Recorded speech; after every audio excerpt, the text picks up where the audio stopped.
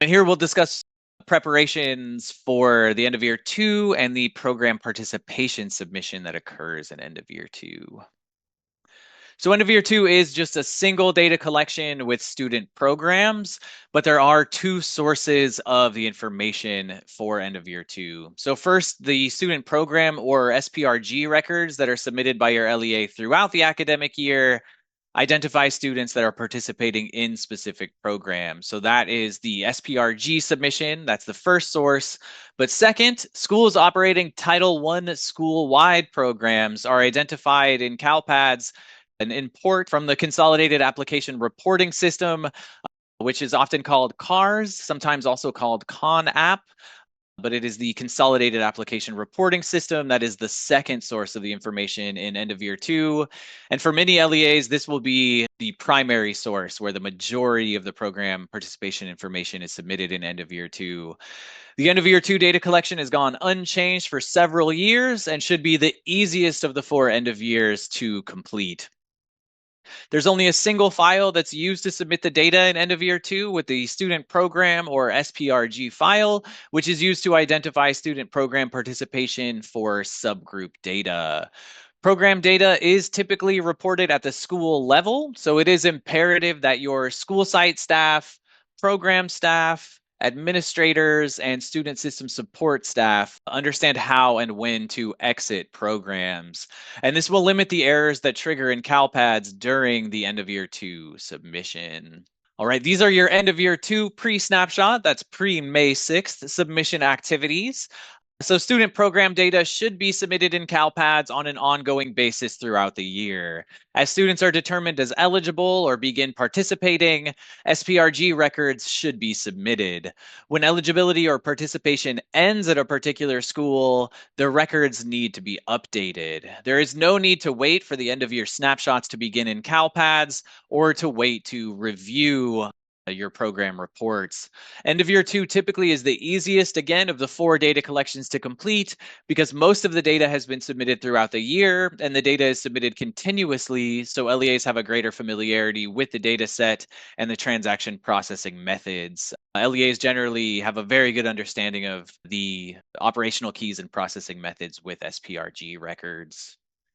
There is, though, a common pain point with end of year 2, and it's regarding CONAP or CARS.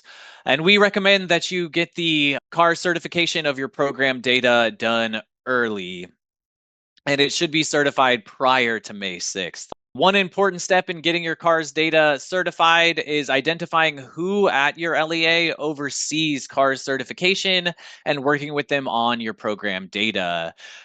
Your CARS folks are usually located in the business office. They may be the CBO themselves, and they may be dedicated CARS specialist.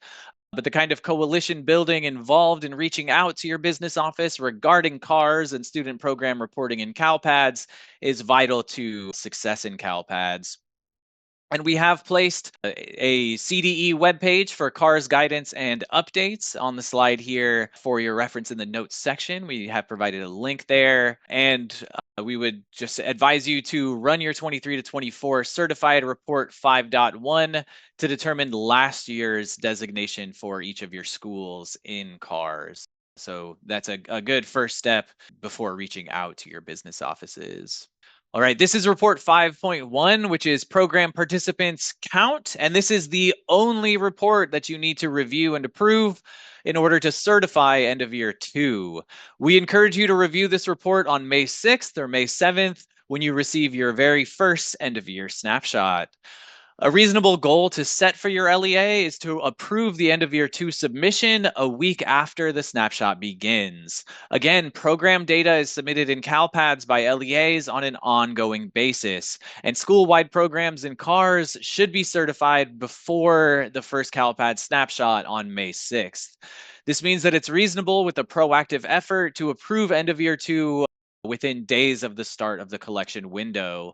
Report 5.1 is an older report and has an ODS version, which can be used to estimate your counts prior to the snapshot opening on May 6th.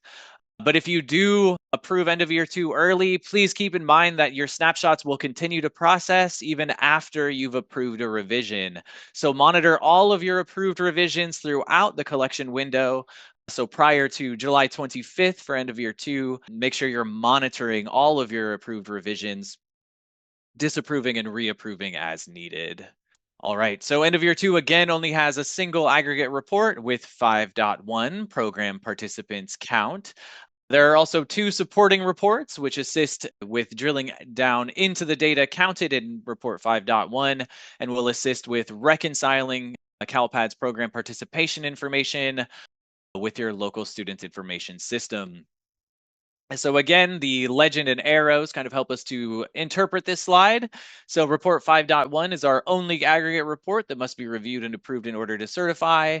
And report 5.2 and 5.3 are our supporting reports, which help for drilling down into the details of the data and for reconciling CalPADS with the local student information system. And both 5.2 and 5.3 support the same aggregate report with report 5.1.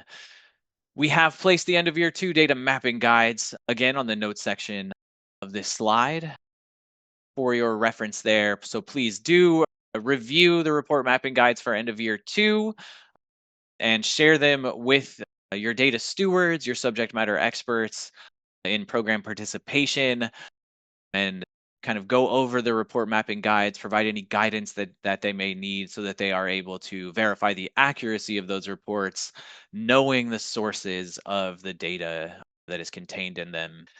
All right, so in addition to this primer, there is a myriad of training for end of year 2 available now as well. The CalPADS user manual and the CSIS YouTube training channel are again accessible to everyone, not just folks inside of Bridge. So if you have folks in the business office who would like to get a look at some CalPADS training, some CalPADS guidance, the user manual and YouTube training channel, as well as these CDE pages with Flash 228 and the CalPADS data guide, are available to everyone. And so these are great locations to share with your business offices and to go through yourselves in kind of a self-paced training format. All right, that does conclude our discussion of end of year 2. You have completed this module. Please continue to the next video. Thank you.